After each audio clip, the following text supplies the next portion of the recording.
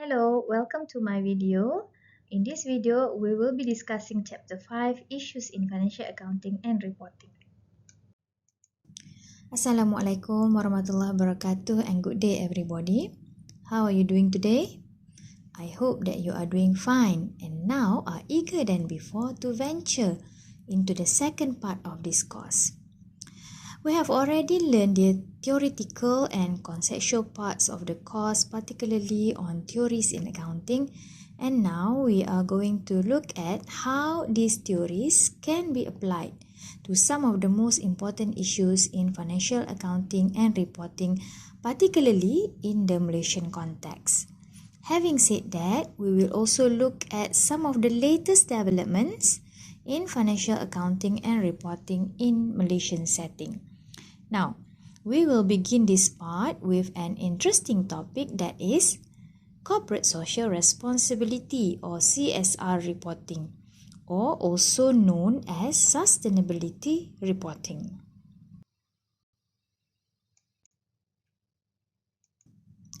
In this particular video, we are going to look at the first three learning outcomes, which are number 1, to describe the system-oriented theories. Number 2, to explain the link between system-oriented theories and political economy theory. And finally, to compare and contrast between legitimacy theory, stakeholder theory, institutional theory, and signaling theory in the context of CSR reporting. Before we begin discussing CSR disclosure, however, let's look at some of the theories in accounting that are used to explain CSR reporting in the accounting literature, which are referred to as system-oriented theories. As a matter of fact, you have already been introduced to some of them previously. Theories relating to sustainability reporting are preliminary developed based on the concept of system-oriented theories, particularly from the branch of political economy theory. These two theories are introduced first. We then look at the explanatory theories of sustainability reporting, including the stakeholder theory, legitimacy theory, institutional theory, and signaling theory. Within a systems-based perspective, the firm is assumed to be influenced by and in turn to have influence upon the society in which it operates.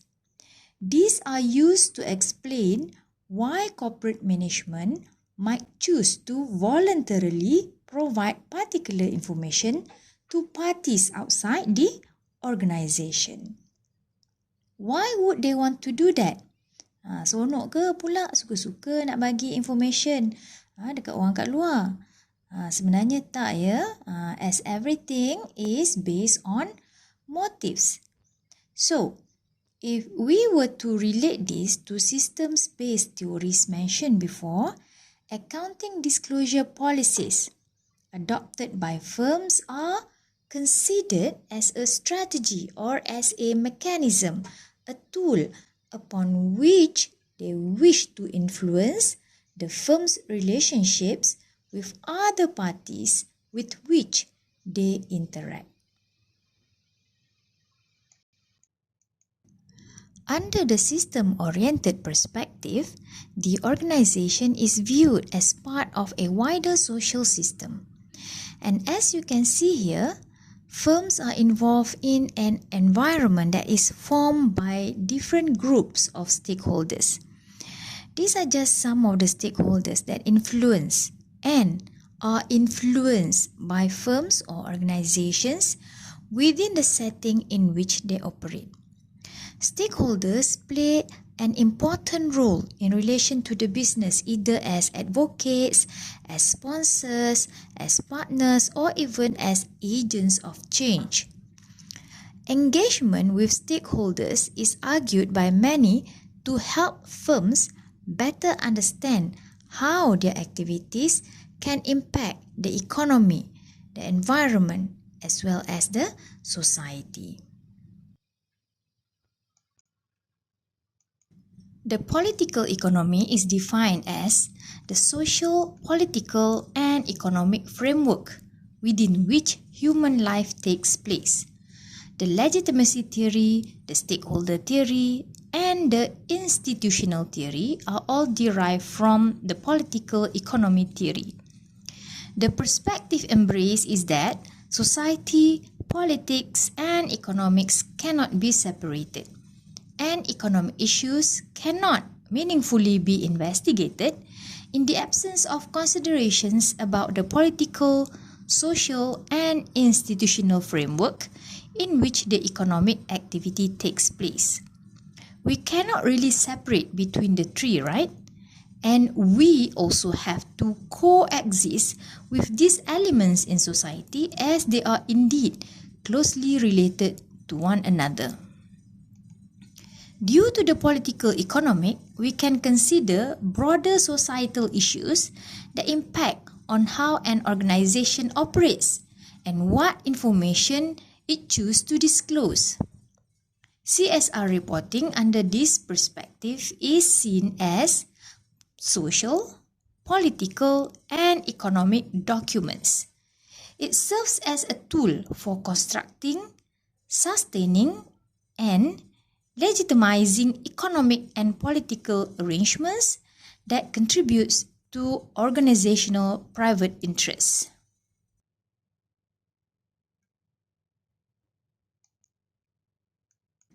If we were to compare between PET and PAT, such as agency theory in this case, you can see that there is a huge difference as the PET is much wider in terms of its perspective.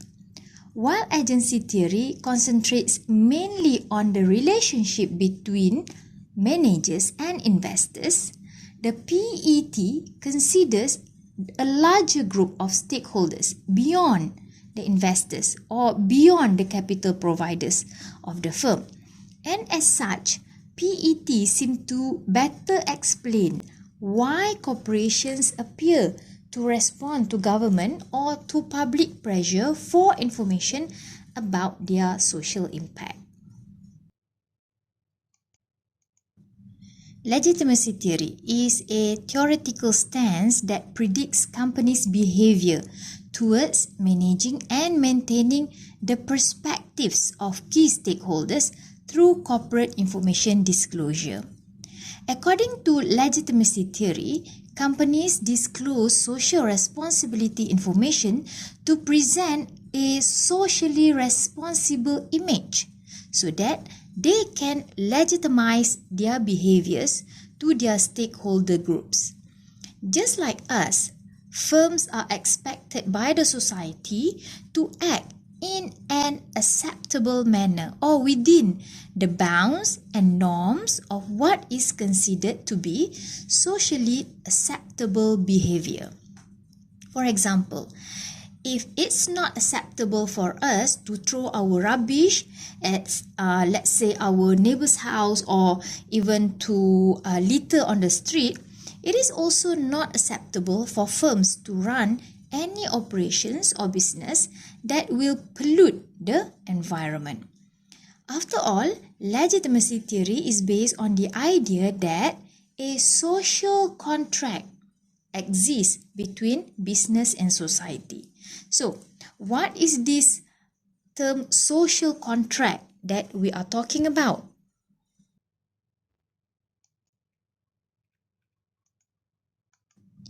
The idea of social contract is drawn from the political economy theory, the PET, and it relates to how society, politics, and economics interact. This means that we cannot talk about economic or business issues without considering the social and institutional framework within which it takes place. A social contract has often been used to describe how businesses interact with society. And as described by these authors, Shocker and Sethi, way back in 1974, semua pun belum lahir lagi. Social contract relates to both explicit and implicit expectations that society has about how businesses should act to make sure that they can survive or sustain their operations. The social contract may not necessarily be a written agreement, but more of what we understand society expects. Some expectations could be explicit or written, for example, rules and regulations on pollution, on employee health and safety, while others can be implicit, such as through writing or even other types of communications at a point in time. Legitimacy theory indicates that if a company cannot justify it is maintaining its operation in accordance with the social contract, then the community may revoke that contract. Customers might seek alternative sources of products or services. Workers may choose other companies to provide their labor services to, or companies might find it more difficult to attract sources of whether debt or equity capital. Now, let's look at another theory, which is the stakeholder theory. The stakeholder theory is derived from political economy theory also, similar to legitimacy theory as we have discussed before. Both theories conceptualize the organization as part of a broader social system in which the organization impacts and is impacted by other groups within the society. The main difference of stakeholder theory is that stakeholder theory considers the relationships that exist between the organization and its various stakeholders, and that these stakeholders can be identified. Legitimacy theory, however, relates to organizational consideration of society in general. Jadi dia lebih bersifat umum lagi. Stakeholder theory provides a more refined resolution by referring to particular group of stakeholders. Maknanya dapat dikenal pastilah siapa stakeholder yang kita nak fokuskan tu.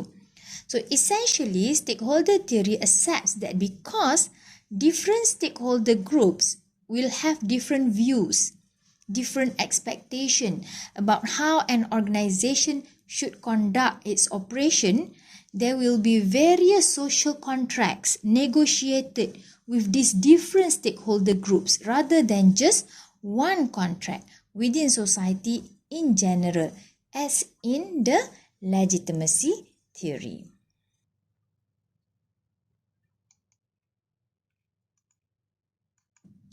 The stakeholder theory explicitly refers to issues of stakeholder power and how a stakeholder's relative power impacts their ability to coerce, that is to sort of force the firms into complying with stakeholders' expectation.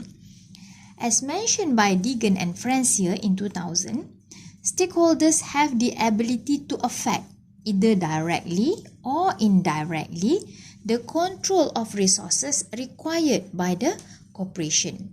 Thus, stakeholder power is determined by the level of control they have over the resources.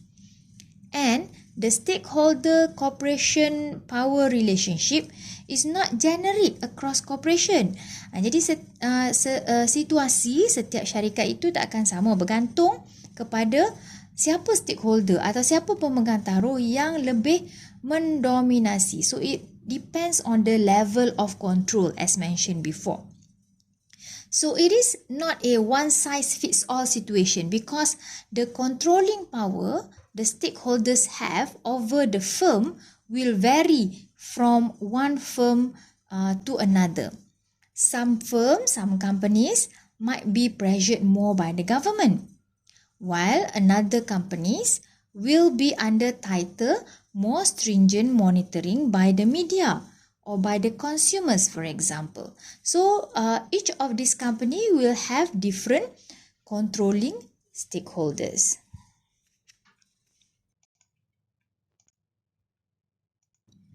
Next is the institutional theory. Institutional theory in accounting research is widely used to understand the influences on organizational structures. It considers how rules, norms, and routines become established as authoritative guidelines and considers how these elements are created, adopted, and adapted by firm over time. So how these are being institutionalized or embedded in the firm itself. This is because by hook or by crook, like it or not, in order for firms to survive, they need to conform to the rules and belief systems that prevail in the environment, and this will earn them their legitimacy. A key reason why institutional theory is relevant to researchers who investigate voluntary corporate reporting practices such as CSR is that it provides a complementary perspective to both stakeholder and legitimacy theories that we have discussed before in trying to figure out how organizations understand and respond to changing social and institutional pressures and expectations. Just like us human beings, how we react to certain circumstances or to certain problems during the course of our lives will depend on many different factors. For example, it depends on our life experiences, our views of the world, depends on our values. So this is similar to firms. So among other factors, institutional theory links organizational practices such as corporate reporting in this case to the values of the society in which the organization operates and to a need to maintain organizational legitimacy. There is also a view that organizational structure and practices might lean towards some form of homogeneity, that is, the structure of the organization including the structure of its reporting systems and the practices adopted by different organizations tend to become similar. Dia akan jadi sama, akan jadi spesies je. Why? Because they want to confirm with what society or a particular powerful group, stakeholder groups, considers to be normal. So for example, firms are expected to report, apart from the financial statements, some extra things about how they treat their employees, for example. And any organizations that deviate, do not report, deviate from being normal, will have problems in gaining or retaining legitimacy. So firms that do not report on their employees, although this is actually not necessary, will not be in a favorable situation with the investors. And finally, although not as famous as the system-oriented theories, I still want to mention about signaling theory and its link with CSR reporting. Signaling theory addresses information asymmetries between two parties where the sources of asymmetric information are mainly concerned with information about quality. So, what signals do firms send to stakeholders when they adopt CSR practices? It can be argued that firms that adopt CSR practices to positively signal investors that their firms have superior capabilities than other firms. But in order for them to capitalize on their CSR activities, firms need to make sure that their stakeholders are able to recognize and are able to assess their CSR quality. Jadinya kalau asyik duk bagi signal je tapi stakeholder tak dapat recognize pun signal tu buang masa je lah kan. So macam duk shock sendiri, kesian pula. So from a firm perspective, sustainability reports or CSR report for example can be a way for them to demonstrate that they engage in CSR in a credible way. So in short, CSR disclosure can be used as a device or as a strategy by these firms to reduce the information asymmetry by revealing their true CSR quality.